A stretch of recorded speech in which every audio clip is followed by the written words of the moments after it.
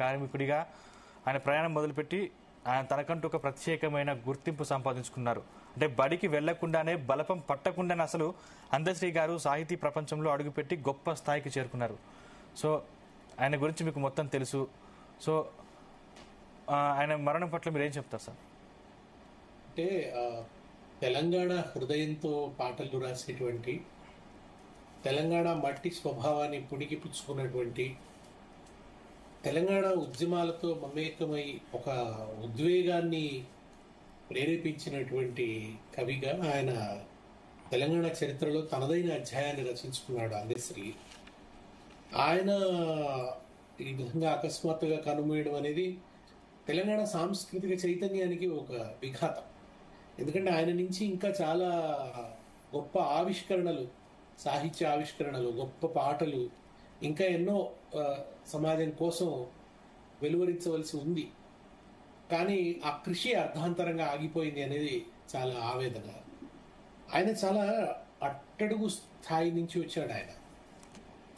ఆయన ఎప్పుడు కూడా అంటే తన తన అట్టడుగు వర్గం నుంచి వచ్చినా, అట్టడుగు కులం నుంచి వచ్చినా ఎందుకో ఆ విషయాన్ని ప్రముఖంగా చెప్పడం ఇష్టపడకపోయేవాడు. కానీ ఆ నేపథ్యం నుంచి వచ్చాడు. ఆ తర్వాత చిన్నతనంలో చాలా అనాదరణకు గురయ్యానని కూడా చెప్పేవాడు. అంటే ఒక తగిన అంటే తల్లిదండ్రులు, ఒక ఆ ప్రేమ, ఆత్మీయతలు, ఒక సెక్యూరిటీ, ఇవన్నీ ఏవి లేవు ఆయనకి చిన్నప్పుడు. అందుకనే ఆయనకు ఫార్మల్ ఎడ్యుకేషన్ అనేది లేదు. అంటే ఫార్మల్ ఎడ్యుకేషన్ లేనంత మాత్రాన మనం ఎవరిని కూడా వాళ్ళు విజయవంతులు కాదని అనుకోవడానికి వీలే. కానీ ఆయన అక్కడ ఒక మన యోగులు, తర్వాత ఒక ఈ తత్వ కీర్తనలు రాసేవాళ్ళు, గ్రామాల్లో ఈ రకమైన ఒక సంచార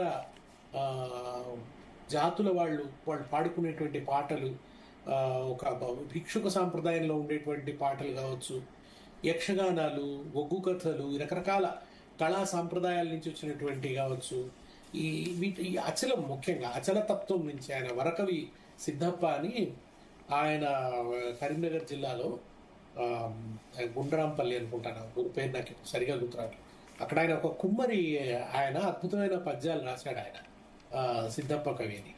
ఆయన చేత ప్రభావితుడయ్యాడు. ఆయన పద్యాలు నేను ఎప్పుడు కూడా ఉటంకించేవాడు. ఇటువంటి సాహిత్యం చేత ప్రభావితుడయ్యి ఆయన బిరుదురాజు రామరాజు గారు మనకు ఉస్మాన్ యూనివర్సిటీలో ఆయన డిపార్ట్మెంట్ హెడ్గా ఉన్నారు చాలా కాలం. ఆయన గొప్ప ఆచార్యుడు. ఆయన జానపద సాహిత్యం మీద పరిశోధనకు ఒరవడి దిద్దాడు. ఆయన దగ్గరికి వచ్చిన తర్వాత తనకి కొంత ఈ సామాజికమైనటువంటి భావన కూడా ఏర్పడింది. అక్కడి నుంచి ఆయనలో ఈ రచన అనేది మరింత కొంత బలాన్ని పుంజుకున్నది.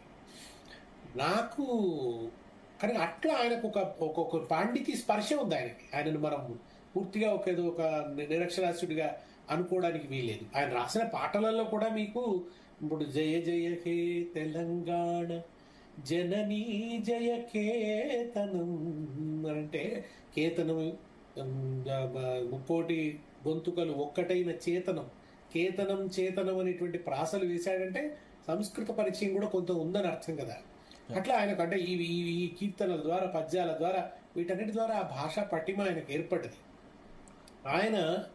నేను మొట్టమొదట అంటే 1999 ఆ ప్రాంతంలో, 98-99 ప్రాంతంలో రసమై బాలకిషన్ ఒక క్యాసెట్ చేశాడు, ఒక జానపద పాటల క్యాసెట్.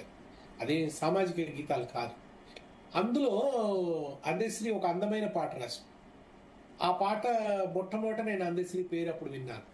ఆయన అందే ఎల్లయ్య అని, అంతకుముందు ఆయన జీవితంలో చాలా కష్టాలు పడ్డాడు, ఒక తాపీ మేస్త్రిగా పనిచేస్తున్నాడు అని చెప్పి నాకు అప్పుడు బాలకిషన్ నోట విన్నాను మొదట.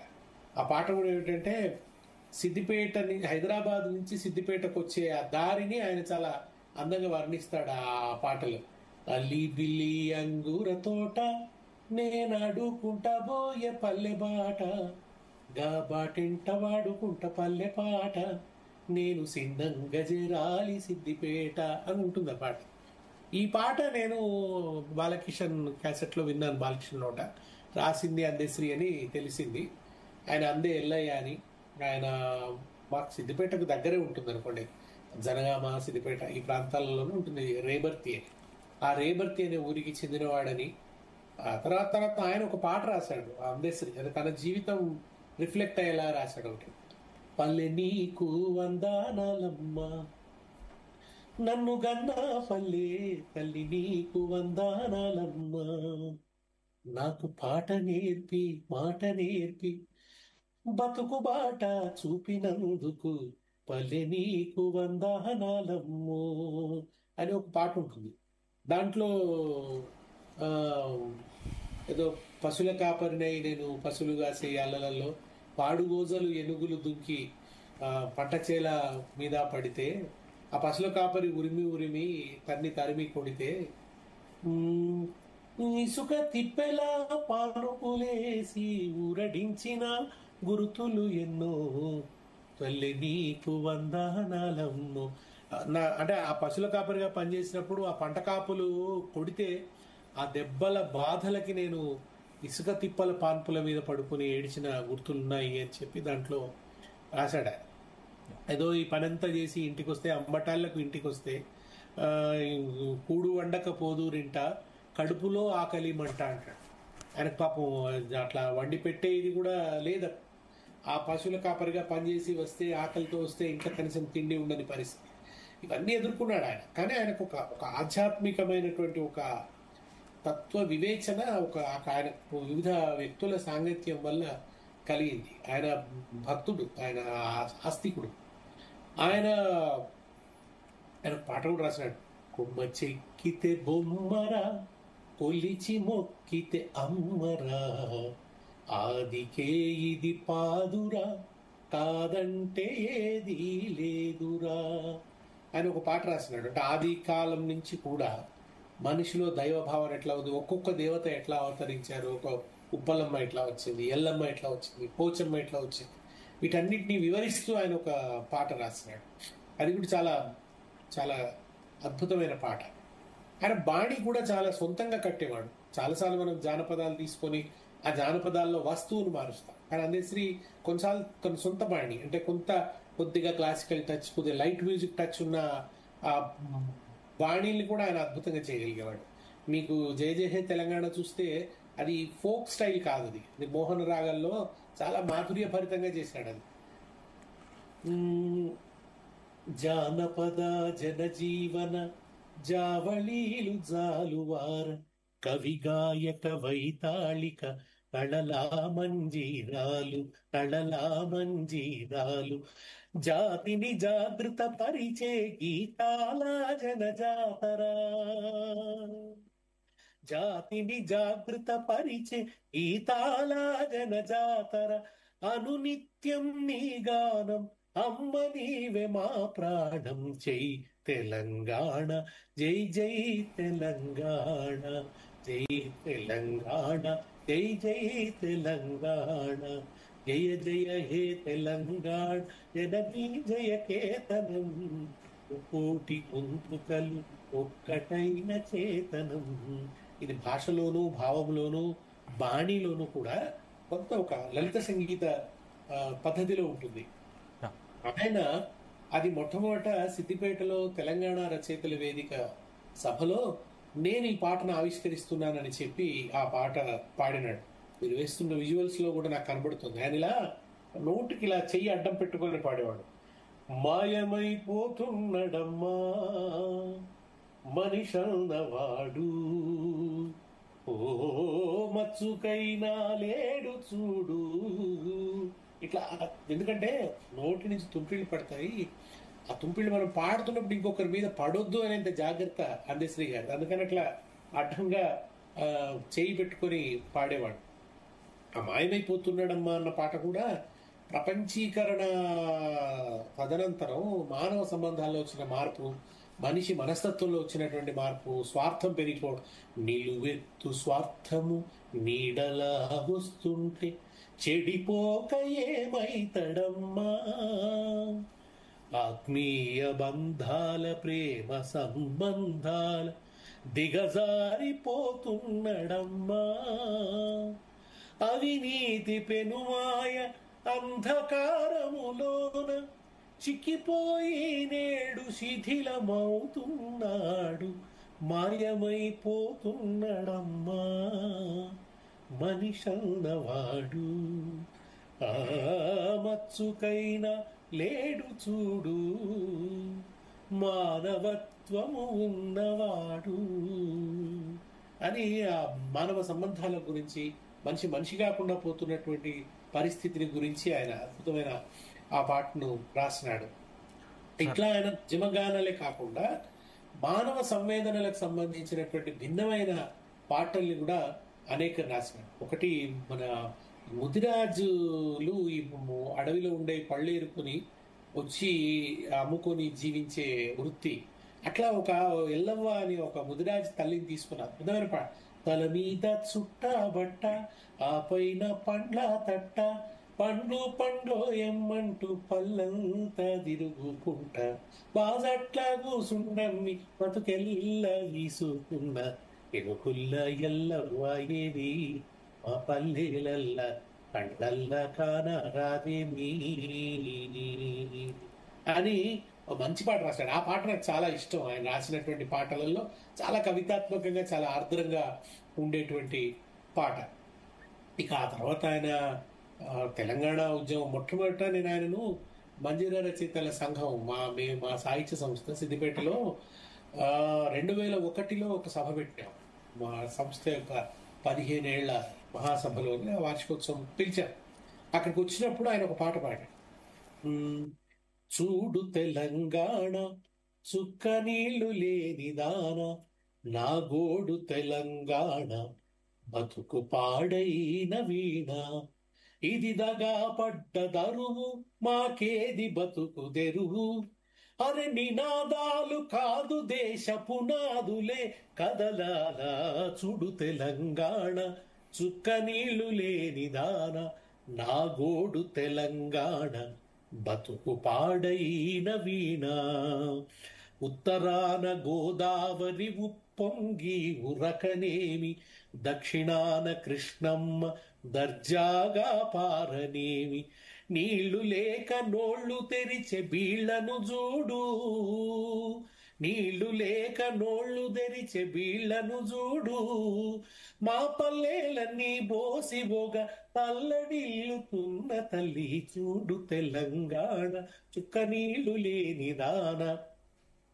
నా గోడు తెలంగాణ బతుకు పాడైన వీణ. ఈ పాట విన్నాను మొట్టమొదటి ఆయన గొంతులో నేను. అది నాకు ఆయన గొంతు ఎట్లా అనిపించిందంటే, ఒక గుట్టల మించి కొండవాగు దూకుతూ ఉంటే ఎట్లా ఉంటుందో అటువంటి ఒక హోరు లాంటి కంఠం ఆయనది. ఆ తర్వాత అది ఉద్యమ హోరుగా అయింది. ఆ చివరి దశలో అంటే ఉద్యమం యొక్క ఒక పీక్ లెవెల్కి, ఉద్యమం పరాకాష్ఠకు చేరుకున్నటువంటి తరుణంలో ఉస్మానియా యూనివర్సిటీలో ఆ విద్యార్థులందరూ కూడా ఇట్లా ఒక అలల్లాగా పోటెత్తుతూ ఉంటే అతను ఆ మధ్యలో నిలబడి జర్కిన్ వేసుకొని అరు జై బోలో తెలంగాణ గళగర్జనలా జడివాన, జై బోలో తెలంగాణ నిలువెల్ల గాయాల వీణ, జనజాతరలో మన గీతం జయకేతనమై ఎగరాలి, జింఝామారుత జనని నాదమై ఏ గంటలు మ్రోగించాలి, ఒకటే జననం ఓహో ఒకటే మరణం ఆహా, జీవితమంతా ఓహో జనమే మననం ఆహా, కష్టాల్ నష్టాలెన్నెదురైన కార్యదీక్షలో తెలంగాణ, జై బోలు తెలంగాణ గళగర్జనల జడివాన, జై బోలు తెలంగాణ నిలువెల్ల గాయాల వీణ. ఈ పాట ఆయన గొంతులో విన్న అనుభవం ఒక అద్భుతమైనటువంటి అనుభవం. అట్లా ఒక విభిన్న దశల్లో ఉద్యమానికి సంబంధించిన ఒక్కొక్క దశలో ఒక్కొక్క గీతాన్ని సంధించి సమైక్యవాదాన్ని నిలదీసి నిప్పులతో కడిగి తర్వాత తెలంగాణ ఉద్యమానికి తన పాటతో ఒక ఉద్వేగాన్ని, ఉత్సాహాన్ని, ఉద్రేకాన్ని అందించినటువంటి అందశ్రీ ఈ విధంగా హఠాత్తుగా కన్నుమూయటం, ఈ రకమైన అర్ధాంతర నిష్క్రమణ, తను అట్లా అర్ధాంతరంగా అంటే పాట పూర్తి కాకుండా ఏదో ఆగిపోయినట్టుగా ఆయన ఇట్లా కన్నుమూయడం అనేది చాలా ఆవేదన కలిగిస్తున్నది. మా మధ్య మంచి స్నేహం, ఆత్మీయత మొదటి నుంచి ఉంది. ఆ, సరే తెలంగాణ వచ్చిన తర్వాత ఆయన కొంచెం భిన్నమైన రాజకీయ అభిప్రాయాలతో ఉన్న స్నేహ సంబంధాల మీద ఆ ప్రభావం ఎప్పుడూ లేదు. ఎక్కడ కనబడ్డా చాలా ఆత్మీయంగా ఆ, మాట్లాడేది తను. కనుక ఒక గొప్ప ముద్ర వేశాడు తెలంగాణ సమాజం మీద, తనదైన అద్భుతమైనటువంటి ముద్ర వేసినటువంటి అందశ్రీ ఆ, తెలంగాణ ప్రజల తలపుల్లో సదా ఆ, చిరస్మరణీయంగా నిలిచి ఉంటాడు ఆయన. యా సార్, అంటే మీరు అన్నట్టుగా మాయమైపోతున్నాడమ్మా మనిషి అన్నవాడు పాట ప్రతి మనిషి గుండెను కూడా కదిలించింది. అంటే ఆ పాటలో అందశ్రీ భావన ఎలా ఉందంటారు? అది నేను ఇంతకుముందు చెప్పినట్టే, అంటే మనిషి గ- విద్వేషాల భావజాలంలో పడి కొట్టుకుపోతూ అనుబంధాలను పూడగొట్టుకుంటున్నాడు అని. మన అది కులమంటూ ఇల మీద ఏదో కలహాల గిరిగీసి అంటాడు. ఆ కులం పేరిట ఒక కలహాల గిరి గీసుకొని ఆ సాటి మనిషిని తనతో పాటు గౌరవించలేని ఒక సంకుచితమైన దృక్పథం, వీటన్నిటి వల్ల మనిషిలో ఒక అంటే కలిసి ఉండే తత్వం పోతుంది, బంధాలు పోతున్నాయి, ఆత్మీయతలు మృగ్యమైపోతున్నాయి, అన్నిటికి మించి మానవత్వమే పోతుంది. అసలు అసలు మనిషి అన్నవాడు కనబడటం లేదు అని. ఇప్పుడు కనిపిస్తున్న వాళ్ళంతా వీళ్ళు మనుషులు కాదు, మానవత్వం ఉన్న మనిషి మనకు కనుమరుగైపోయాడు అని. అదే మాయమైపోతున్నాడమ్మా మనిషన్నవాడు, ఓ మచ్చుకైనా లేడు చూడు మానవత్వము ఉన్నవాడు, నూటికో కోటికో ఒక్కడే ఒక్కడు, యాడ ఉన్నడు గాని కంటికి కనరాడు, మాయమైపోతున్నాడమ్మా. నూటికో కోటికో ఎక్కడో కాస్త మానవత్వం ఉన్నవారు ఎవరన్నా మిగిలింటే వాళ్ళు కంటికే కనిపిస్తలేరు అని చెప్పి ఆవేదన చెందాడు. అది ఆర్థిక సంస్కరణల తర్వాత వచ్చినటువంటి వాతావరణం, ఆ యుగ స్వరమై ఆ పాట వినపడింది. అందుకనే ఆ పాట అందరినీ బాగా, అందరి హృదయాలను హత్తుకున్న పాట. హరగోపాల్ గారు అయితే ఆయన ఎక్కడ ఉపన్యాసం చెప్పినా ఆ పాటని కోట్ చేసేది. ఆ విధంగా ఆయన ఒక ముద్ర వేశాడు, తనదైనటువంటి ముద్ర వేశాడు తన రచనలతో. సార్, అంటే రాజకీయంగా మీరు వేరువేరుగా ఉన్నా కూడా మీరు కలిసినప్పుడు ముఖ్యంగా ఎటువంటి చర్చలు వచ్చేవి? అంటే తెలంగాణ ఉద్యమం అప్పుడు మీరు ఎలా పోరాడడానికి దానికి సంబంధించి ఏమన్నా నెమరేసుకున్నారా? రాజకీయమైన భిన్నాభిప్రాయాలు అంటే ఆయన ఏదో ఒక ప్రత్యేకమైన ఒక ఆ, ఒక ఒక ఒక ఒక ఒక తాత్విక చింతనకు ప్రాతినిధ్యం వహిస్తున్నట్టుగా అట్లా ఆయన ఏమి ఆ రకమైన భేదాభిప్రాయాలు భిన్నాభిప్రాయాలు ఏమి ఉండేవి కావు. సరే, ఆయనకి టిఆర్ఎస్ ప్రభుత్వం మీద కొన్ని కంప్లైంట్స్ ఉండేవారు. ఆ, అది ఉన్నప్పటికీ కూడా ఆయన అంటే నిజానికి నేను ఇంతకుముందు ఒక వీడియో కూడా చూశాను. ఆ, మొట్టమొదట జయ జయ హే తెలంగాణ గీతాన్ని రికార్డ్ చేసింది టిఆర్ఎస్ అని చాలా ఒక చోట చెప్పాడు కూడా ఆయన. కేసీఆర్ గారు తాను కొన్ని చరణాలని రికార్డ్ చేశారు రామకృష్ణ గారి గొంతులో అనేది ఆయన దాంట్లో పేర్కొన్నాడు. చాలా అంటే గౌరవంగా ఆ విషయాన్ని పేర్కొన్నాడు. అది తర్వాత సరే తనకు కొంత భిన్నాభిప్రాయం ఏర్పడింది. కొంచెం ఏదో కొంచెం మేము ఎక్కడైనా కలుసుకుంటే అదేమి ఉండేది కాదనుకోండి. ఆయన చాలా ఆత్మీయంగా ఉండేవాడు. మేము మా మా మధ్య ఈ సంబంధాలలో, వ్యక్తిగత సంబంధాలలో ఎప్పుడు కూడా ఏ తేడా లేదు. అక్కడెక్కడెక్కడన్నా ఏదైనా ఫంక్షన్లలో ఎదురైనా, ఏదైనా సాహిత్య సభలలో ఎదురైనా దగ్గరికి వచ్చేవాడు. నా మీద ఒక చిన్న కంప్లైంట్ ఉండేది, నువ్వు రాస్తలేవు, నువ్వు రాయాలి, నువ్వు రాయగలవు అని చెప్పేవాడు. రాయాల్సినంత నువ్వు రాయటం లేదు, నీకు రాయగలిగే శక్తి ఉండి కూడా నువ్వు రాస్తలేవు అని చెప్పి అనేవాడు. నన్ను దగ్గర పొది పట్టుకునేవాడు. ఎలా ఉన్నావు, ఏంది, ఇప్పుడు ఏం చేస్తున్నావు, ఇప్పుడు నేను అప్పట్లో ఒక కొంతకాలం డిప్యుటేషన్లు ఉంటే ఏమిటి, పిల్లలు ఎట్లా ఉన్నారు, కుటుంబం ఎట్లా ఉందో చాలా ఆత్మీయంగా పలుకరించేవాడు. కనుక అంటే మనిషి ఎప్పుడు కూడా తీవ్ర దూషణలకు పాల్పడేవాడు కాదు ఎవరి పట్ల కూడా. ఉంటే విమర్శలు ఉండేవి, అభిప్రాయ భేదాలు ఉండేవి, అవి చెప్పేవాడు. ఆ కంప్లైంట్స్ ఏమైనా ఉంటే చెప్పేవాడు. కానీ ఎప్పుడు కూడా అంటే ఒక అగౌరవమైనటువంటి, అంటే కొంతమంది అట్లా ఉంటారు, చాలా వాళ్ళు అగౌరవంగా, అవమానకరంగా, సంకుచితంగా బిహేవ్ చేస్తారు. కానీ ఆయన ఎప్పుడు కూడా ఆ రకంగా చేయలేదు. ఆయన అభిప్రాయ భేదాన్ని ప్రకటించాడు, తన పద్ధతిలో తానున్నాడు అంతే. కానీ ఎక్కడ కూడా ఆయన ఒక రకమైనటువంటి విపరీతమైన దూషణలకు పాల్పడలేదు. అంటే ఆయనకు తెలంగాణ మీద ఎంత ప్రేమ ఉందంటే, అంటే ఆయన రచించినటువంటి రచనల్లో ఎక్కువ భావోద్వేగం, ముఖ్యంగా భాష ఉట్టిపడేది. అవును. ఇప్పుడు ఆ పాటలో ఇప్పుడు మీకు అనునిత్యం నీ గానం అమ్మ నీవే మా ప్రాణం అన్నాడు. మా తల్లి అనునిత్యం నీ గానం చేస్తాను అని ఆ పాటలో ఆయన ప్రకటించుకున్నాడు. ఆయన కోరిక కూడా గోదావరి కృష్ణమ్మలు మన బీళ్లకు మళ్ళాలే, పచ్చని మాగాణాళ్ళు పసిడి సిరులు పండాలి, సుఖశాంతుల తెలంగాణ సుభిక్షంగా ఉండాలి, స్వరాష్ట్రమై తెలంగాణ స్వర్ణయుగం కావాలి అనే స్వప్నించాడు ఆయన. ఆయన స్వప్నం స్వరాష్ట్రం సిద్ధించింది. ఇప్పుడు నదుల నీళ్లు కూడా ఈ నేలను ముద్దాడినాయి. ఆ రకంగా ఆయన స్వప్నం చాలా వరకు కూడా అది సాక్షాత్కరించింది, ఆవిష్కృతం అయింది. అట్లా కవి కన్నా ఒక కళ నిజమైన ఒక కాలం రావడం అనేది చాలా అరుదు. ఆ కాలం కూడా ఆవిష్కృతం అయింది. తర్వాత వచ్చినటువంటి ప్రభుత్వం ఆయన ఆ పాటను కూడా రాష్ట్ర గీతం చేసింది. ఆ రకంగా ఆయన ఒక ఒక ఒక ఆయన ఆశించిన గమ్యం చేరినట్టే ఆయన రచయితగా. కానీ ఇంకా ఆయన నుంచి చాలా కృషి, ఆయన నుంచి ఇంకా చాలా, ఎందుకంటే అనుభవం కదా, పెద్ద జీవితానుభవం ఉంది, ఉద్యమ అనుభవం ఉంది. ఈ జీవనానుభవంలోంచి తనదైన తాత్విక చింతనలోంచి ఇంకా అనేక పాటలు వచ్చేవి. ఇప్పుడు ఆ పాటలన్నింటినీ మనం కోల్పోయినట్టు ఆయన నిష్క్రమణ వల్ల.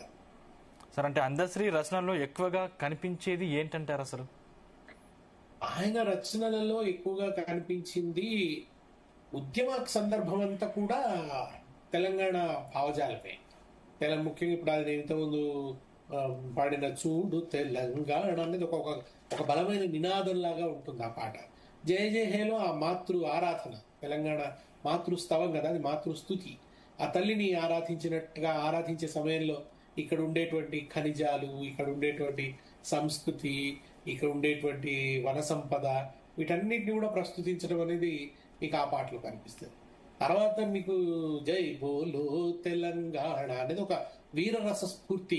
నిప్పులు చిమ్మే తుపాకి రవ్వల గుప్పిట పట్టి నలిపేస్తాం, నెత్తురు చిందే దారుల్లోన విత్తనాలమై మొలకేస్తాం, లాఠీలిరిగిన ఓహో లడాయి మానంగా, పిడుగులు పడిన ఓహో మడమలు దిప్పం ఆహా, నిర్బంధాలు ఎండెదురైన నిలబడి కలబడి నిగ్గు దేల్చ జై బోలు తెలంగాణ. అట్లా ఒక శత్రువు మీదికి ఒక సాహసోపేతంగా ఒక ధీరత్వంతో అటాక్ చేస్తున్నట్లుగా ఉండేటువంటి ఒక పాటని ఆ సందర్భంలో రాశాడు. తర్వాత ఆయన మౌలికంగా మాత్రం ఆయన తెలంగాణలో ఉన్నటువంటి అచల తత్వము, యోగుల, ఆంధ్ర యోగులని బిరుదురాజు రామరాజు గారు ఒక పుస్తకం కూడా రాశారు. ఆ పుస్తకం గురించి ఆయన ఎక్కువ ప్రస్తావించేది కనుక ఆ యోగి జనుల సాంప్రదాయము, వాటి యొక్క తాత్విక చింతన ఆయనలో ఉండేది. పాము పడగపై ఈ పాదాలను ఎవరు పెట్టారు, ఇవన్నీ ఈ ప్రకృతిలో వీటన్నిటిని, ఈ పూలకి రంగులను ఎవరు అద్దారు అని ఆయన ఒక పాట రాసినాడు. అది కూడా ఒక పాట ఉంటుంది. సో అట్లా ఆయనలో ఆ తాత్విక స్ఫూర్తి ఉండేది. అంటే కింది నుంచి వచ్చినటువంటి ఈ అచల తత్వం యొక్క ఆ స్ఫూర్తి కూడా ఆయన పాటలలో ఉంది. ఇటు ఇది ఉంది, ఇది ఉంది. ఇటు ఒక ధర్మాగ్రహంతో రాసినటువంటి పాటలు ఒకవైపు ఉన్నాయి, రెండో వైపు ఆయనకు ఇక్కడి నుంచి వచ్చినటువంటి యోగులు లేదా కవులు, ఈ మన సంకీర్తనలు రాసినటువంటి కవులు, వాళ్ళ నుంచి తీసుకున్నటువంటి ఒక ఆధ్యాత్మిక తత్వ వివేచన, ఈ రెండిటి మేళవింపు అందశ్రీ. అసలు బడికి వెళ్లకుండా, అసలు బలపమే పట్టకుండా అసలు సాహిత్య ప్రపంచానికి ఎలా చేరుకున్నాడు? అసలు అది ఎలా సాధ్యమైందంటారు? అంటే బడికి పోతేనే విద్య వస్తుంది అనేది మనకున్నటువంటి ఒక నమ్మకం. అది అది అదొక రకమైనటువంటి నోషన్. అది కానీ నిజానికి చాలా మంది, మీరు తెలంగాణ గ్రామాల్లోకి పోతే పద్మశాలి అద్భుతమైన పద్యాలు చదువుతారు. మంగళి వాళ్ళు గొప్పగా వాళ్ళు మన ఏమిటి భూమి కొలతలు కూడా వేస్తారు. వాళ్ళకి ఎట్లా తెలుసు వాళ్ళకి ఆ భూమికి సంబంధించినటువంటి గణితం. అట్లానే వాళ్ళు గొప్ప పద్యాలు చదువుతారు. చాలా మంది అట్టడి కులాల వాళ్ళు అద్భుతమైన పద్యాలు చదువుతారు, భజనలు చదువుతారు. ఈ మన ఒక దున్న ఇద్దాస్ లాంటి వాళ్ళ తత్వాలు పాడతారు. ఈ తత్వాలు పాడు వీటి నుంచి ఆయన అందుకున్నాడు, వీటి నుంచి ప్రేరణ తీసుకున్నాడు, వీటి సహాయంతో ఆయన భాషా శక్తిని పెంచుకున్నాడు, భావనా బలాన్ని పెంచుకున్నాడు. తర్వాత ఆయనకు బిరుదురాజు రామరాజు గారు లాంటి ఒక గొప్ప పండితుడి సహచర్యము, ఆ తర్వాత ఇంకా అనేక మంది, చాలా మంది కవులతో ఆయన సన్నిహిత సంబంధాలు ఉండడం, వాళ్ళ నుంచి కూడా ఆయన తన రచనకు కావలసినటువంటి ఒక పునాదిని ఆయన నిర్మించుకున్నాడు. కనుక ఆయన బడిముఖం చూడకుండా ఎదిగి బ్రతుకులోంచే నేర్చుకొని, మనుషుల వ్యక్తుల సాంగత్యంలోంచి నేర్చుకొని ఆయన గొప్పగా ఎదిగినటువంటి కవి. ఆయన ముఖ్యంగా బాణీ కట్టడంలో ఆయన ప్రత్యేకత చాలా కనబడుతుంది మనకు. పాట రచనలోనే కాకుండా బాణి కూడా చాలా ప్రత్యేకంగా ఉంటది అందశ్రీది. అది ఆ బాణీలో ఒక ఫోర్స్ ఉంటుంది అనమాట. ఆ ఫోర్స్ మనల్ని చాలా ఆకర్షిస్తుంది. ఆయన పాడేటప్పుడు కూడా అంతే ఫోర్స్ తో పాడేవాడు, అంతే శక్తివంతంగా పాడేవాడు నిజానికి. అది ఆయనలో ఉండేటువంటి ముఖ్యంగా భావుకతతో పాడేవాడు, ఆ భావాన్ని అనుభవిస్తూ పాడేవాడు. ఒక రకమైనటువంటి ఎమోషనల్ టోన్లో పాడుతుంటే సభంతా కూడా ఇట్లా గగుర్పాటుకు గురయ్యేది, ఒక జలధరింపుకు గురయ్యేది. అట్లా సభలో ఒక ప్రకంపనలు రేపి అద్భుతమైన ముద్ర వేయగలిగినటువంటి నైపుణ్యం అందశ్రీ సొంతం. అంటే ఆయన 3000కు పైగా పాటలు రాశారు. అంటే ఆయన మీకు ఏదైనా ఎప్పుడైనా ఒక పాట పంచుకునే సందర్భం ఏమైనా వచ్చిందా? చాలా సార్లు. అంటే ఈ పాటలో నేను ఇట్లా చరిత్రనంతా నిక్షిప్తం చేశాను, నేను ఇందులో భిన్నాగుడి ప్రస్తావన తెచ్చాను, బౌద్ధ గురువుల ప్రస్తావన తెచ్చినాను, ఇదిగో ఇందులో నేను రాచకొండ నాయకుల ప్రస్తావన చేశాను, జయ జయ హే తెలంగాణ వినిపిస్తున్నప్పుడు కానీ, తర్వాత ఇట్లా చాలా ఈ పాటలన్నీ అంటే మన కొమ్మ చెక్కితే బొమ్మరా కూడా ఆయన రాసిన కొత్తలో ఒకసారి ఒక సభలో కలిసి అదంతా కూడా వినిపించాడు. ఒక్కొక్క దేవత ఎట్లా మానవ సమాజంలో ఎట్లా ఆ దేవత ఎట్లా పూజలు అందుకుంది, ఎట్లా అవతరించింది, అవన్నీ కూడా ఆ పాటలో ఇట్లా ఆయన చెప్పేవాడు, చర్చించేవాడు, చెప్పేవాడు. తర్వాత ఆయన నిప్పుల వాగని ఆ పాటల పుస్తకం వేసినప్పుడు కూడా నేను రాసిన 1-2 పాటలు ఆయన దాంట్లో అచ్చు వేసుకున్నాడు, అడిగి పంపించమన్నాడు. నేనే నిజానికి అప్పుడు కాస్త బద్దకించి 1-2 పంపినాడు, అవే వేసుకున్నాడు. ఆయన ఉండేది ఆ పాటల గురించినటువంటి చర్చ చేసేవాడు తరచుగా. తను ఎట్లా ఆ పాట రాశాడు, దానికోసం ఎంత కష్టపడ్డాడు, దాంట్లో ఎట్లా ఆ భావాన్ని ఎంత పొదిగాడు, ఎట్లా ఒక గంభీరతను తెచ్చాడు. ఎంత వింత ఒకటి ఉంటుందండి, గిజిగాడి మీద రాశాడు, ఎంత గొప్ప వింత చూడమ్మ ఈ పక్షి లోపల అని ఒక పాట చాలా ఒక తత్వం పాడినట్టుగానే ఉంటుంది. అది ఆ గిజిగాడికి ఇంత ఈ గూడు అల్లే శక్తి ఎక్కడి నుంచి వచ్చింది అని చెప్పి ఒక పాట ఉంటుంది. జాషువా కదా గిజిగాడి మీద పద్యాలు రాసినట్టే తన పాట రాశాడు. అలసాని పెద్దనైనా ఆదికవి నన్నయ్య అయినా చెల్లగరరా దీని ముందర అల్లికలలో అంటాడు. అంటే ఈ పక్షి గూడల్లే నైపుణ్యం ముందు వీళ్ళు పద్యాలల్లే నైపుణ్యం కూడా బలాదూర్ అన్నట్టుగా ఆ పాటలో చెప్తాడు ఆయన. అట్లా అవన్నీ కూడా షేర్ చేసుకునేవాడు మాట్లాడేటప్పుడు. ఉద్యమంలో చాలా అంటే అది ఉద్యమం జరిగిన రోజులు దాదాపు ఒక దశాబ్ద కాలం పైగా కలిసి అనేక ప్రయాణాలు చేశాం, అనేక సభలకు పోవడము, ధూమ్ధాంలకు పోవడము, ఆ పోతున్నంతసేపు మాట్లాడుకోవటము అన్నీ ఉండేవి, చాలా పంచుకునేవాడు. తర్వాత కూడా 2-3 సందర్భాల్లో కలుసుకున్నాం, మాట్లాడుకున్నాం, ఫోన్ చేసేవాడు ఎప్పుడన్నా. ఉందండి ఆ సంబంధం. అంటే నేటి తరం గాయకులు లేకపోతే కవులు కానీ ఈయన గురించి ఎలా ప్రేరణ పొందాలంటారు? అంటే ఒకటి ఉద్యమాల పట్ల ఒక సంబంధాన్ని కలిగి ఉంటాడు, ఇది ఆయన నుంచి మనం అర్థం చేసుకోవాల్సింది. అట్లాగే అట్టడుగు వర్గ ప్రజల, ఆ కులాల ప్రజల వాళ్ళ భావనలకు బలమిచ్చే ఒక గొంతుక కావడం ఇది. తర్వాత ఏంటంటే రచనని పదును పెట్టుకోవడం, అందరి నుంచి స్వీకరించి రచనని పదును పెట్టుకోవటం, ఇదంతా కూడా ఒక నిరంతర ప్రక్రియ, నిరంతర సాధనమున పనులు సమకూరు త్వరలోన. అటువంటి ఒక సాధన చెయ్యాలి అనేది మనం అందశ్రీ నుంచి నేర్చుకోవాలి. ఇప్పుడు నా కోరిక కూడా ఏంటంటే, అంటే నా అభ్యర్థన ప్రభుత్వానికి, నా అభ్యర్థన కూడా ఏమిటంటే, ఆయన విగ్రహం ఎట్లాగూ తప్పకుండా ఏర్పాటు చేసుకుంటాం, ఏదో ప్రధాన కూడలిలో ఒక ప్రముఖమైన ప్రదేశంలో ఆయన విగ్రహాన్ని ఏర్పాటు చేస్తారు. అయితే దాంతోపాటు ఆయన కీర్తిని అజరామరంగా నిలపడానికి, నిర్మాణాత్మకంగా ఆయన స్ఫూర్తిని మలుచుకోవడానికి ఆయన పేరున ఒక జానపద సాహిత్య అకాడమీని నెలకొల్పి జానపద సాహిత్యం మీద, కళల మీద, ఇక్కడ జానపద అంటే అన్ని రకాలుగా గ్రామీణ ప్రాంతాల్లోంటి శ్రామిక కులాల్లోంచి వచ్చినటువంటి ఒక తాత్విక సంపదనంతా కూడా, సాహిత్యాన్నంతా కూడా సేకరించటము, విశ్లేషించటము, పరిశోధించటము, దీనికి సంబంధించిన ఒక గొప్ప నిర్మాణాత్మక కృషి జరిగే ఒక సంస్థగా ఈ అకాడమీని తీర్చిదిద్ది ఆ అకాడమీకి అందశ్రీ పేరు పెట్టాలన్నది నా వైపు నుంచి ఒక అభ్యర్థన, ఒక ప్రతిపాదన. దీన్ని ప్రభుత్వం పరిశీలిస్తుందని నేను ఆశిస్తున్నాను. అంటే మరి మీరు కలిసినప్పుడు మళ్ళీ అంటే భవిష్యత్తులో ఒక పాట రచించాలి అని ఎప్పుడైనా అనుకున్నారా? ఈ మధ్య కాలంలో అంతసేపు మేము మాట్లాడుకున్నది లేదు. తన రచన గురించి కానీ, తను ఏం రాయాలనుకుంటున్నాడు అన్నది కానీ చెప్పింది అయితే లేదు. ఒక సందర్భంలో, 1-2 సందర్భాల్లో కలుసుకుంటే యోగక్షేమం అడిగేంత వరకే ఆయన మాట్లాడాడు. అంతకు మించి మాట్లాడుకోలేదు. ఈ రచనలకు సంబంధించి తనకి ఈ కోరిక ఉంది అని అయితే ఏం చెప్పలేదు ఆయన. ఇది అంటే నదీ కావ్యం ఒకటి రాస్తున్నాడు ఆయన చాలా కాలంగా. ప్రపంచవ్యాప్తంగా ఉన్న అన్ని నదుల్ని చూసి వచ్చాడు ఆ కావ్యం రచించడం కోసం. నది మీద ఒక సుదీర్ఘమైన కావ్యం రాస్తున్నాడు. అది త్వరలో అచ్చు అవుతుంది అని మాత్రం అన్నాడు. అది త్వరలో అచ్చు కాబోతుంది. ముందు మాట కోసం ఎవరికో ఇచ్చానన్నాడు. ఎవరికి ఇచ్చారన్నది కూడా నాకు గుర్తులేదు, కానీ ముందు మాట కోసం ఎవరికో ఇచ్చానని అన్నాడు. అది త్వరలోనే ఆ పుస్తకం వస్తుందనేది మాత్రం ఒకటి చెప్పాడు. అంటే చివరిసారిగా మీరు ఎప్పుడు కలుసుకున్నారు సార్? అంటే ఎప్పుడు ఫోన్లో మాట్లాడుకున్నారు? నేను ఫోన్ కాదు, నేను ఈ మన సిరిసిల్ల ప్రాంతంలోనే ఒక పెళ్లిలో కలుసుకున్నాం మేము.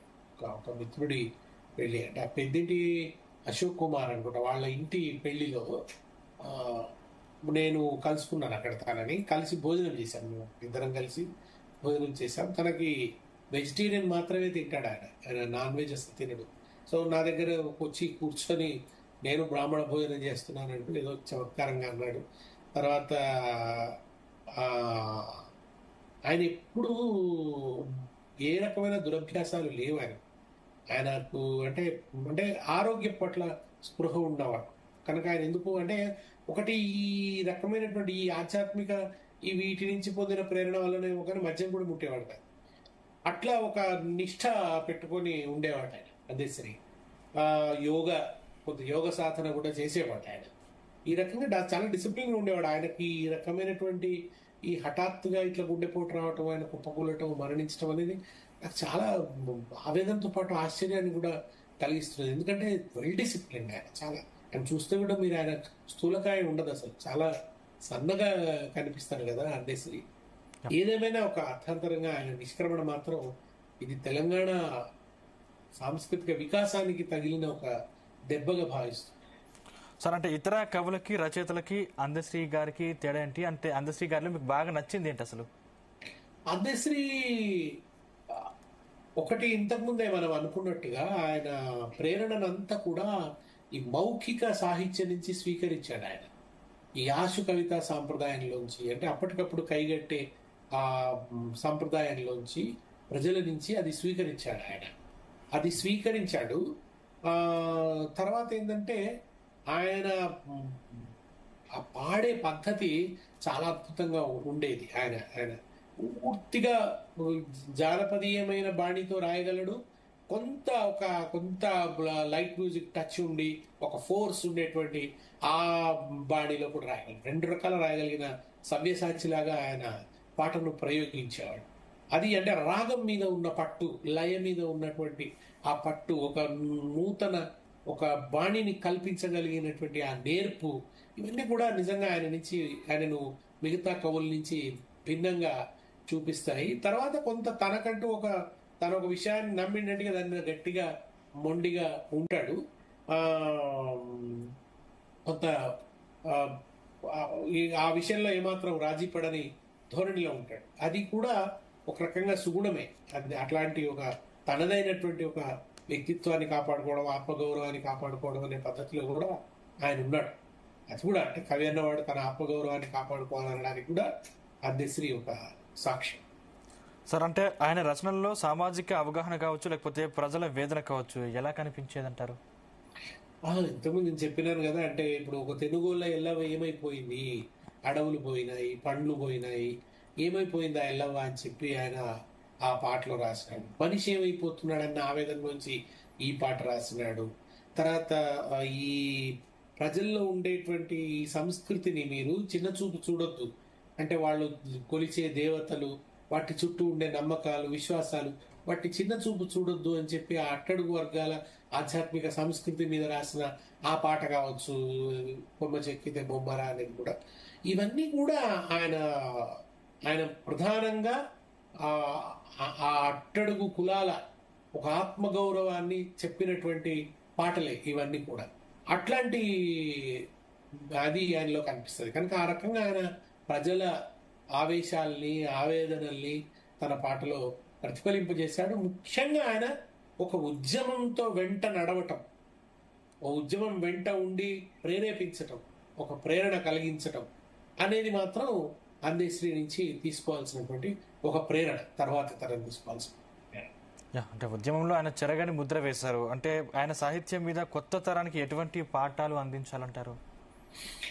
కొత్త తరం అంటే ఒక ఒక వ్యక్తి ఒక అంతరంగంలో ఒక ఆవేశం పెళ్ళిబుక్కుతున్నప్పుడు దాన్ని పాటగా మలిచితే అది ఎంత ప్రభావం చూపిస్తుంది సమాజం మీద, సాంస్కృతికంగా ఎంత ముద్ర వేయవచ్చు, ఎంతగా ప్రేరేపించవచ్చు, ఒక ఉద్యమానికి ఎంతగా ఊతం ఇవ్వవచ్చు అనడానికి ఒక సాక్ష్యం కదా. మరి చాలాసార్లు అందరూ ఏమనుకుంటారంటే మన వల్ల ఏమవుతుంది, మనం పాట రాసినంత మాత్రం ఏమవుతుంది అని. అంటే నువ్వు ఒక ఉద్యమం కోసం గట్టిగా నిలబడి, ఒక చిత్తశుద్ధితో నిటారుగా నిలబడి నువ్వు ఒక అక్షరం రాసినా ఆ అక్షరం అగ్నిపర్వతమై పేలుతుంది అనే నమ్మకం మనకు కలుగుతుంది. తెలంగాణ ఉద్యమంలో కవి గాయకుల పాత్రని మనం కనుక చూస్తే, అందులో అందశ్రీ లాంటి వాళ్ళ పాత్ర మనం చూస్తే ఈ నమ్మకం కలుగుతుంది అన్నమాట. కనుక ఆ నమ్మకాన్ని ఆయన ఇచ్చాడు. అది తర్వాత తరానికి ఆయన ఒక నేర్పుతున్నటువంటి పాఠం. అట్లా విశ్లేషించుకోవాలి. అట్లా విశ్లేషించుకొని అంత శక్తివంతమైన సాహిత్యాన్ని, బాణీలని, తర్వాత ఉద్యమాలతో ఆ మమైకం అయ్యేటటువంటి ఆ మంచి ఒక జీవ లక్షణాన్ని ఎట్లా పెంపొందించుకోవాలనేది ఉద్యమకారులు లేదా తర్వాత రాబోయే తరం గాయకులు, రచయితలు ఆయన నుంచి నేర్చుకోవాలి.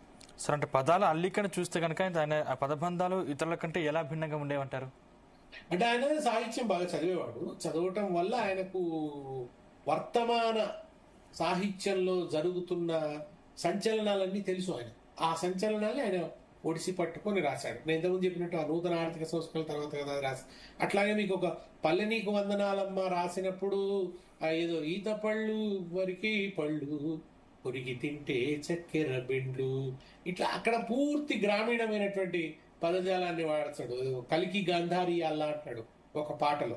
నాకు కలికి గాంధారి అల్లా అనేది నేను కొత్తగా విన్నాను. ఒకసారి విని ఆయన అడిగాను, ఇది ఏమిటి కలికి గాంధారి అల్లా అంటే, అది సాయం సమయము భారతంలో గాంధారి ఆ సాయంత్రం ఒక సమయంలో ఆమె తన మన కన్నుకు కట్టుకున్నటువంటి ఆ గంతలు విప్పుతుంది. ఆ విప్పి కొద్దిసేపు తను కొంచెం తనకు సంబంధించిన అలంకరణ ఏదో చేసుకొని మళ్ళీ ఆమె దాన్ని కట్టుకుంటుంది. ఆ సమయాన్ని కలికి గాంధారి అల్లా అని అంటారు ఊళ్ళల్లో అనేది నాకు అందశ్రీ పాటతో తెలిసిందన్నమాట. అట్లా ప్రజల నుడికారాన్ని పాటలోకి పట్టుకొచ్చాడు ఆయన.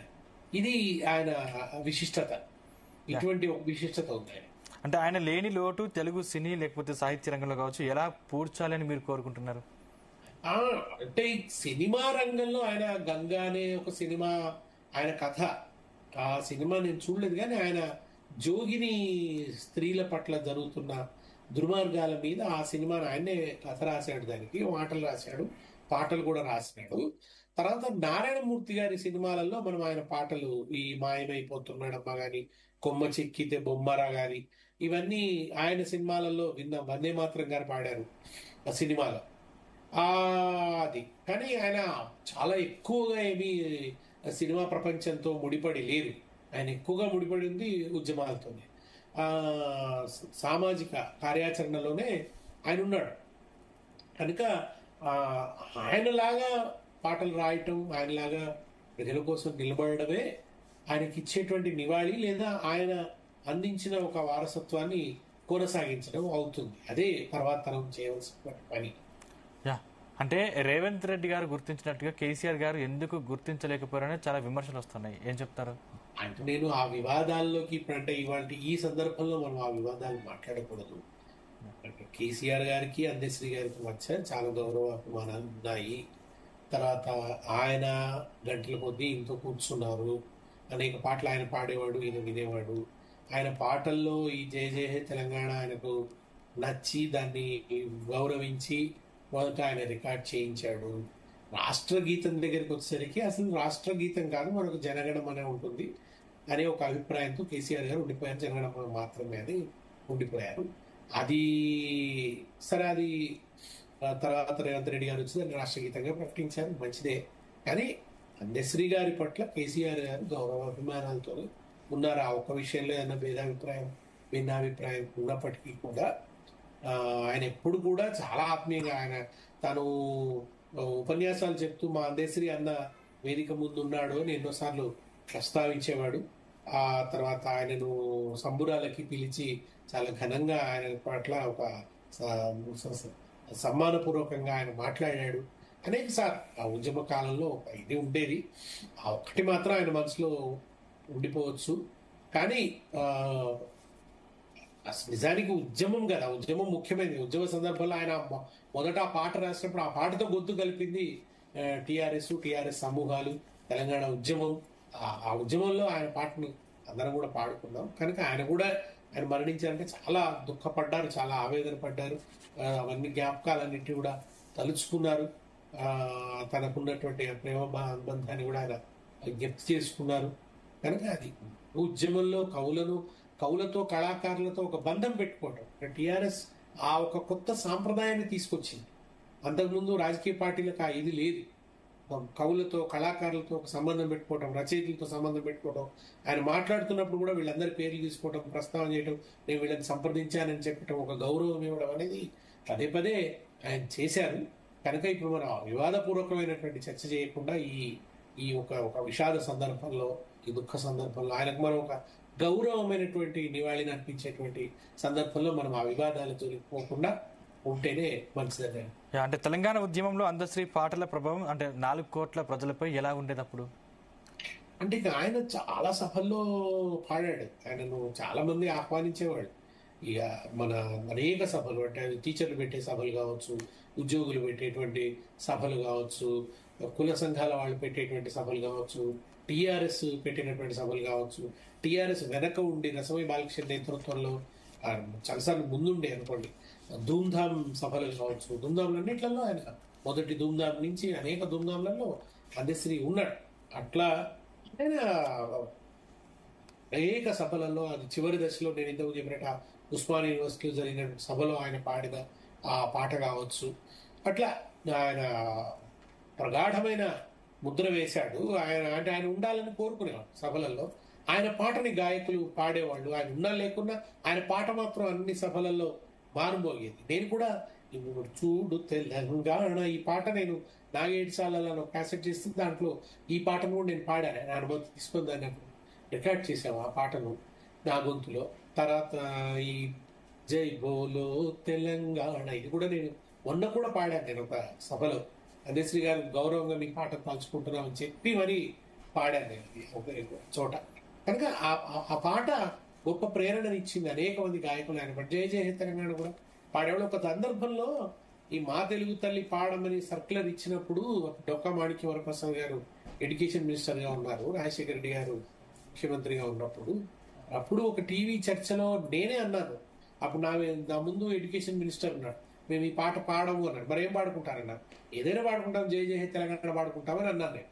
అప్పుడు మా తెలుగు తల్లికి మేము పాడమని అంటే అప్పుడు ఆయన డొక్కా మాణిక్య వరప్రసాద్ గారు ఒక ఎడ్యుకేషన్ మినిస్టర్ హోదాలో నా వాదనతో ఆయన కన్విన్స్ అవుతూ ఇది ఆప్షనల్ అండి, మా తెలుగు తల్లి పాడాలని ఏం లేదు అని అనేసరికి అప్పుడు మొత్తం ఒక వెల్లువలాగా రాష్ట్రం అంతా కూడా ఈ పాట పాడడం అనేది మొదలైపోయింది. స్కూళ్ళల్లో వాటిల్లో వీటిల్లో అంతటా కూడా. అంటే ఒక మన ఖమ్మం కోర్టులో అయితే ప్రతిరోజు పాడేవారు. ఇట్లా రకరకాలుగా ఆ పాటని ఉద్యమం స్వీకరించి అది ఒక ఉత్తుంగ తరంగంలాగా ఎగిసిపడ్డది ఆయన పాట ఉద్యమంలో.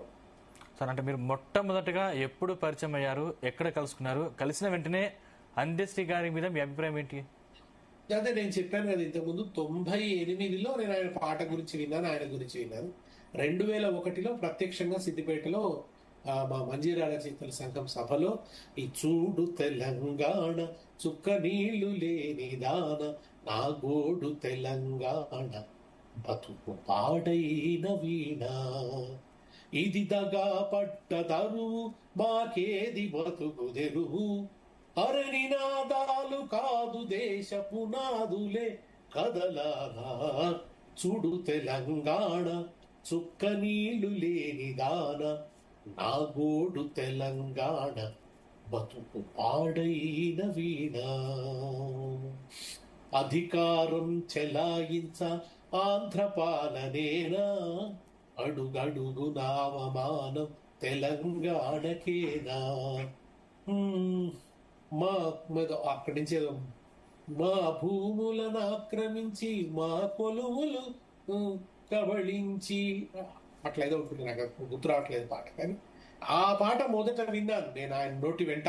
ఆ వింటుంటే నాకు అసలు భలే పాడుతున్నాడు కదా అని చాలా అంటే ఆ గొంతు గర్జనలాగా మోగుతూ ఉంటే ఆయన హావభావాలు పాడేటప్పుడు, ఆ తర్వాత ఆ ఫోర్సు పాటలో అది సభ మీద వేస్తున్నటువంటి ఆ ముద్ర, అప్పుడే నాకు ఆయన పట్ల ఒక గొప్ప అభిమానం కలిగింది. ఇంకా ఆ తర్వాత రెగ్యులర్గా మాట్లాడుకోవటం అది ఉండేది. ఆయన చాలా ఇంతకుముందు చెప్పాను కదా, చాలా ఒక ధిషణ అంటాం కదా, ఇట్లా ఒక రకమైనటువంటి ధికార స్వభావంతో ఉండేవాడు. ఎక్కడ తల ఒగ్గేవాడు కాదు. ఎక్కడ ఎవరికన్నా తనను తక్కువ చేస్తే మాత్రం అసలు ఏమాత్రం సహించేవాడు. చాలా ఆత్మగౌరవ భావన ఉన్నటువంటి కవిగా దేశం మీద చాలా అభిమానం కలిగింది. ఆయన కూడా అనేక సభలు మేము కలిసి మాట్లాడుకుంటూ పోయేవాళ్ళము. కారు ప్రయాణాలు, వందల కిలోమీటర్ల ప్రయాణాలు కలిసి చేశాం. సార్, అంటే ఆయన రచించినటువంటి జయ జయ హే తెలంగాణ పాట రాష్ట్ర గీతంగా మారుతుందని మీరు ఎప్పుడైనా అనుకున్నారా? అది అంటే ఆ రోజు చెప్పాను కదా, నేను ఆ టీవీ చర్చలో నేనే అన్నాను. అది అన్న తర్వాత అది నిజానికి పాడుతూనే ఉన్నారు. ఒక అధికారికమైన ఆర్డర్ లేకపోయినా అందరూ పాడుతూనే ఉన్నారు.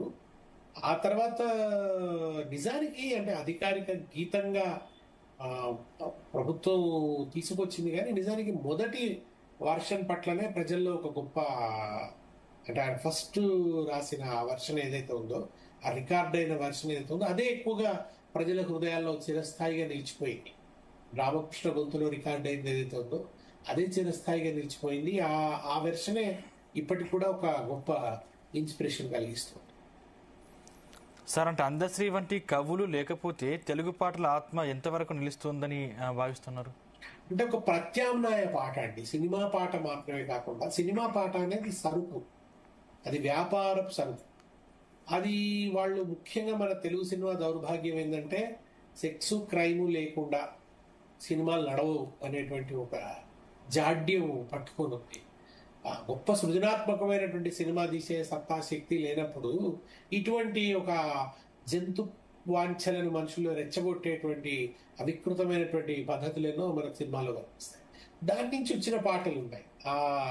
ఆ వ్యాపార అవసరాల నుంచి పుట్టుకొచ్చిన పాటలు, అవి మనుషులను జంతు ప్రవృత్తిని రెచ్చగొట్టే లాంటి పాటలు అన్నమాట. అదమ వాంఛల్ని ప్రకోపింపజేసే పాటలు.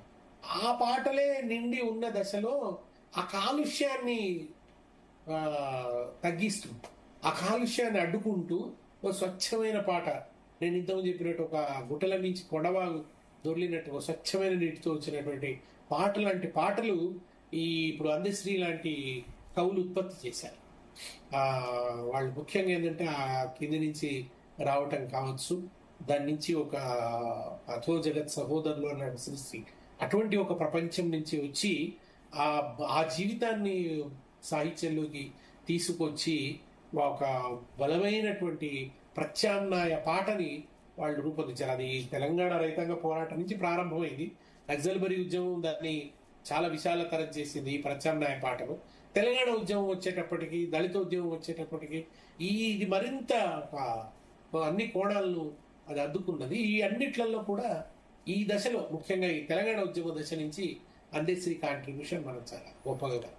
సార్, మీరు సినిమా గురించి ప్రస్తావించారు కాబట్టి, అంటే ఈ తరం నటులు కానీ లేకపోతే గాయకులు కానీ ఆయన లిరిక్స్ నుంచి ఏం నేర్చుకోవాలంటారు?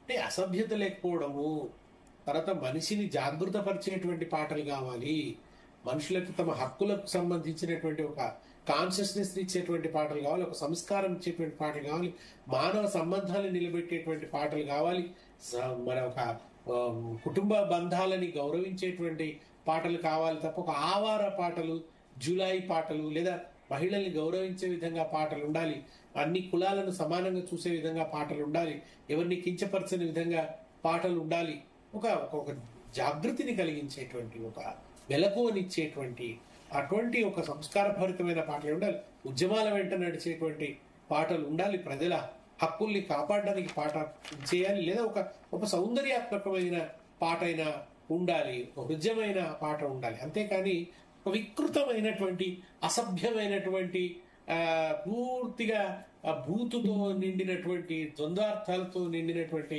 ఈ పాటలు కాదు, ఇది రాయడం కాదు, రచయితలు రాయాల్సింది, కవులు రాయాల్సింది, గాయకులు పాడాల్సింది ఇదిగో ఇటువంటి పాటలను అని అందశ్రీ ఒక సందేశాన్ని ఈ ప్రపంచానికి ఇచ్చాడని నేను. రైట్, మనతో పాటు ఫోన్ లైన్ లో గోరటి వెంకన్న గారు సిద్ధంగా ఉన్నారు. వారిని అడిగి మరిన్ని వివరాలు తెలుసుకునే ప్రయత్నం చేద్దాం. రైట్, వెంకన్న గారు నమస్కారం. నమస్తే.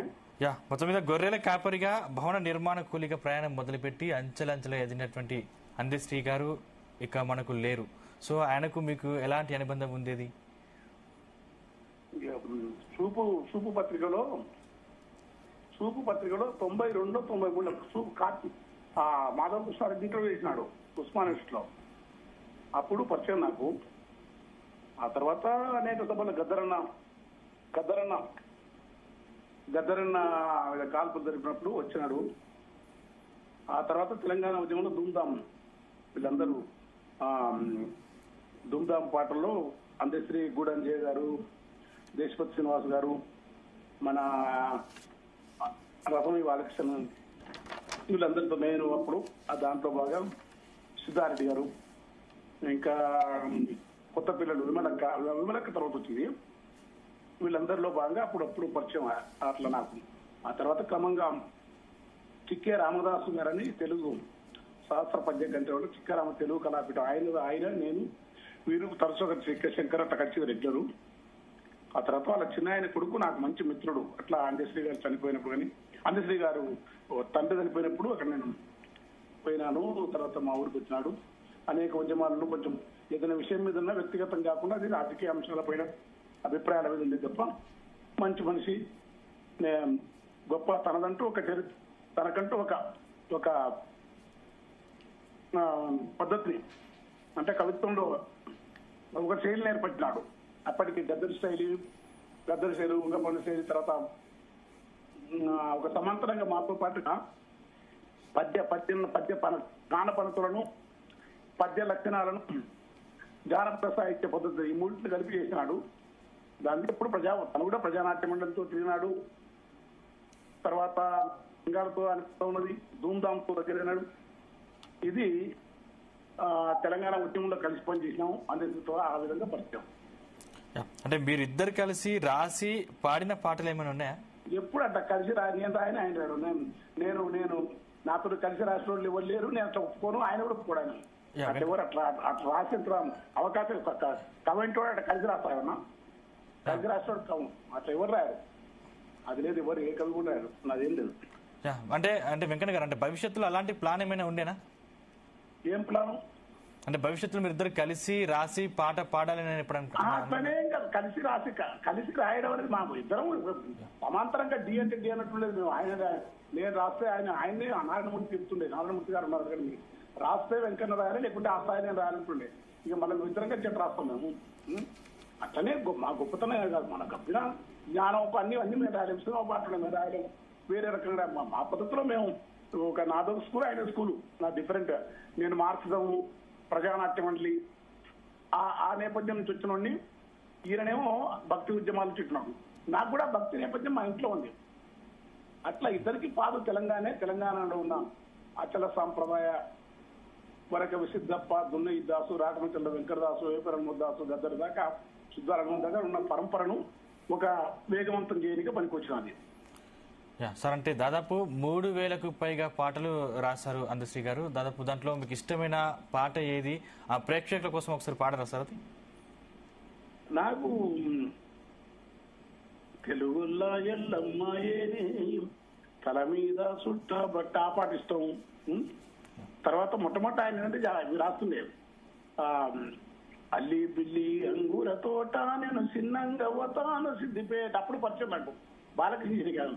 సిన్నంగవతాను సిద్దిపేట అది ఒక పాట.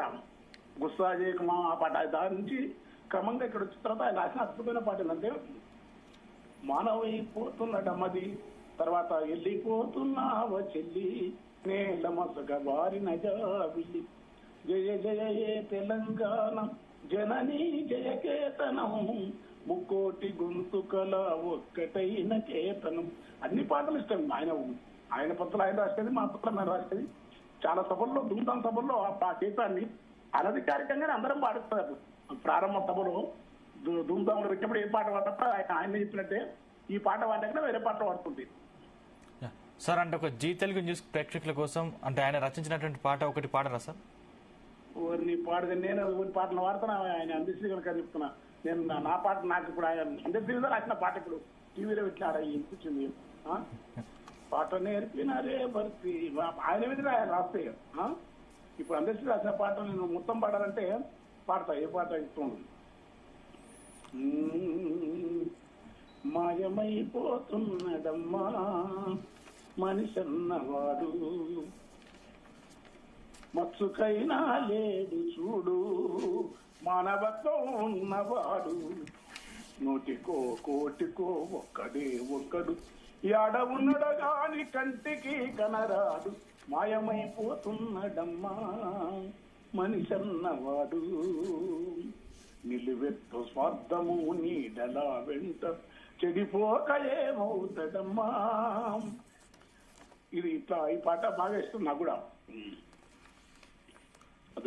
అదేంటి right. Thank you sir. Thank you. Thank you. నీకు థ్యాంక్స్ అయినా. రైట్. మనతో పాటు ఫోన్ లైన్ లో విమలక్క గారు అందుబాటులో ఉన్నారు. రైట్. జూమ్ లో అందుబాటులో ఉన్నారు. రైట్. విమలక్క గారు, నిజంగా అంటే అందశ్రీ గారు మరణ వార్త విని విమలక్క గారు నా వాయిస్ వినిపిస్తుందా? ఇప్పుడు వినిపిస్తుందండి. మాది వినిపిస్తుందా మీకు? వినిపిస్తుందండి. చెప్పండి. సో మొదటిగా అందశ్రీ గారు మీరు ఎప్పుడు కలిసారు? కలిసినప్పుడు ఆయన మీద మీకు ఎటువంటి అభిప్రాయం ఉండేది? అందశ్రీ అన్న నాకు ఫలితశ్రీ తెలంగాణ ఉద్యమ కొంత ముందు నుంచే పరిచయం.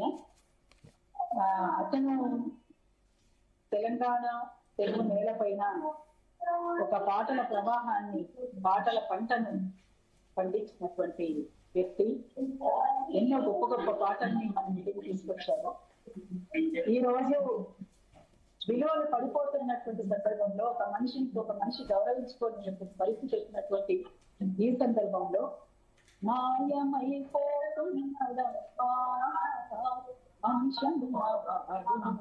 అనేటువంటి పాటను, అట్లనే జైబోలో అనేటువంటి ఒక తెలంగాణ పాటను, ఎంత ఒకటారంట అనేక పాటలు, జనజాతరలో గీతం జయకేతనమయ్యగరాలి జంజామారిత జననాదమై జంటలు మోగించాలి, ఒకటే జననం ఒకటే మరణం జీవితం అంటారో జనమే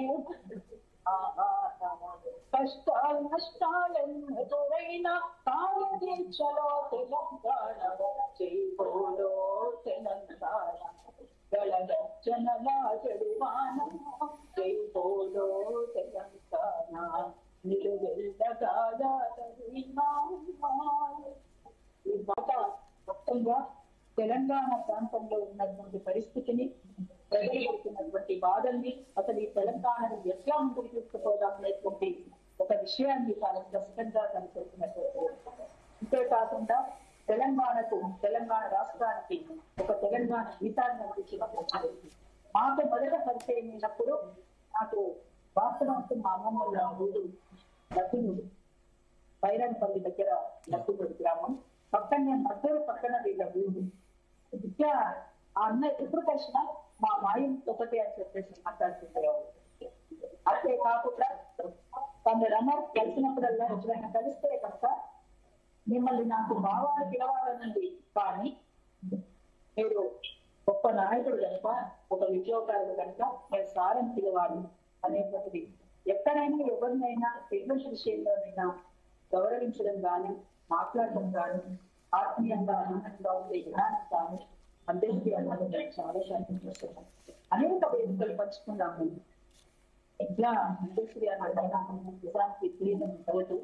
తెలంగాణ ప్రాంతానికి కాదు, తెలుగు నేలకు కూడా ప్రపంచమంతా కూడా చాలా చోట్ల తిరిగారు. అట్లనే తిరగడానికి పోయిందేమో అనిపించే విధంగా ఇది అందరికీ ఒక్కసారి అరణోదయ సాంస్కృతిక సమాజం 2 రోజుల కమిటీ తరఫున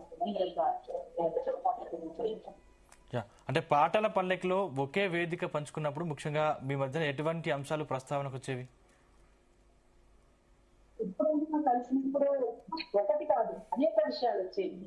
అంటే ఆ సమయంలో ఏదైనా ఘటన జరిగితే కనుక ఆ సందర్భాన్ని బట్టి అటువంటి విషయాలు రావడం, ఇవాళ మనుషులు ఎందుకైపోయింది అనేటువంటి విషయం, ఇవాళ ఈ తెలంగాణకి ఇంకేం కావాలి అని అనుకునేదానికి, అట్లనే ఒక సాంస్కృతికోద్యమాన్ని ఎట్లా మనం నడిపిద్దామనేటువంటి విషయంలో సరే కొంత మేము తీసుకునేటువంటి కార్యక్రమాలు వేరు కావచ్చు, తను ఆలోచన వేరే ఉండొచ్చు, కానీ ఉమ్మడి అంగీకార అంశాల పైన కూడా కొన్ని విషయాలు కూడా మాట్లాడుతున్నటువంటి సందర్భాలు కూడా అనేక.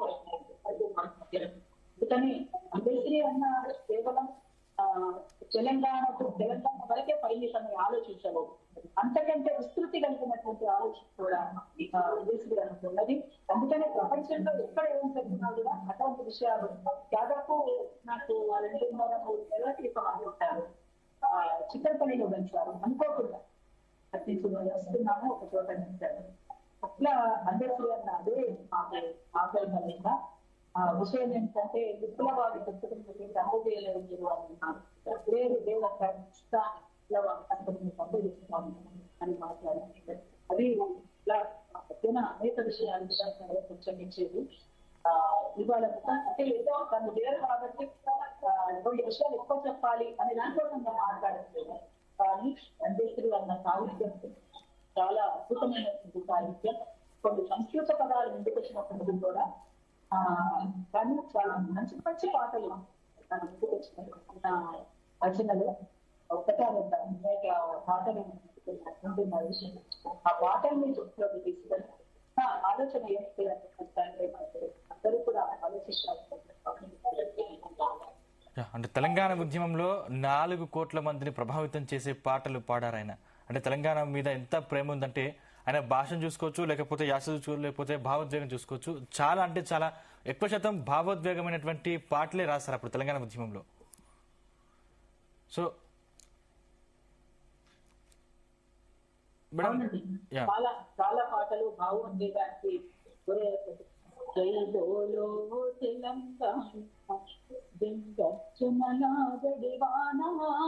అంటే నిజంగా అప్పుడు గూస్బంప్స్ వచ్చేది. అసలు ఒక్క పాట కాదు, అనేక పాటలు కూడా అన్న ఏ పాట రాసినా ఇది అనర్గళంగా తను పాడే విధంగా నేను అనేదాన్ని, ఎవరో ఒకరు ఎందుకన్నా రికార్డ్ చేయడము మీకుంటే చాలా అద్భుతంగా ఉంది, మీరే రికార్డ్ చేయొచ్చు కదా నేను చాలా సార్లు మాట్లాడుతూ కాదక్క ఎవరు వాడాలో వాళ్ళు వాడాలి, నేను రాస్తుంటాను కదా అని కూడా అట్లా నవ్వుతూనే అన్న మాట్లాడినటువంటి మాటలు చాలా సార్లు కూడా ఉన్నాయి. తన గొంతుతోటి కూడా రికార్డ్ చేయాలని చెప్పేసి కూడా నేను గతంలో మాట్లాడటం జరిగింది. అంటే మీరు అబ్జర్వేషన్ చేసిన ప్రకారం అంటే ఇతర కవులకి రచయితలకి అందశ్రీ గారికి ఏదైనా తేడా గమనించారా? ఎవరికి అభిప్రాయాలు వాళ్ళకు ఉంటాయి, భిన్నమైనటువంటి అభిప్రాయాలు ఉన్నప్పటికీ కూడా భిన్నమైనటువంటి రచనలు ఉన్నప్పటికీ కూడా కొన్ని సార్లు కొన్ని సందర్భాలలో కొంతమంది కొన్ని చోట్ల కలుస్తూ ఉంటారు. ఆ రకంగా అంబేద్కర్ గారు కూడా కలిసిపోయేవారు. సరే మేము ఆ అభిప్రాయాన్ని పంచుకోవచ్చు కాదు, కానీ తనకుండే అటువంటి అభిప్రాయాలు కూడా వేయించవచ్చు కాదు. కానీ కొన్ని వేదికల్లో ఆ వేదికలకు ఆ సందర్భాన్ని బట్టి అంబేద్కర్ అన్న అట్లా ఆ రకంగా కూడా మాట్లాడే ఉన్నది. అందుకనే అంబేద్కర్ అన్న ఎక్కడ కలిసినా కూడా చాలా అభిమానంగా ఆత్మీయంగా ఆ తెలంగాణలో ఆడబిడ్డల్ని గౌరవించేటువంటి తత్వం ఏదైతే ఉంటారో ఆ తత్వం అంబేద్కర్ అందులో ఉంది. ఆడబిడ్డల్ని ఎట్లా గౌరవించుకోవాలి అనే దాని పట్ల అంబేద్కర్ అన్న చాలా బాగా మాట్లాడేవారు, చాలా గౌరవంగా చూసేవాళ్ళు.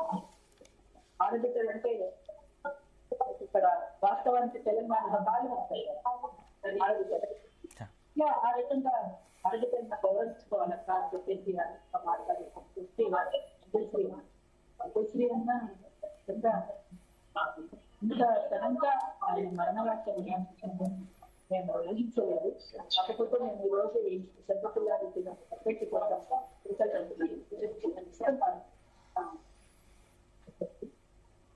చూడాలి. రేపు కొన్ని కార్యక్రమాలను పోస్ట్ చేసుకుంటున్నాం. Thank you madam, thank you so much.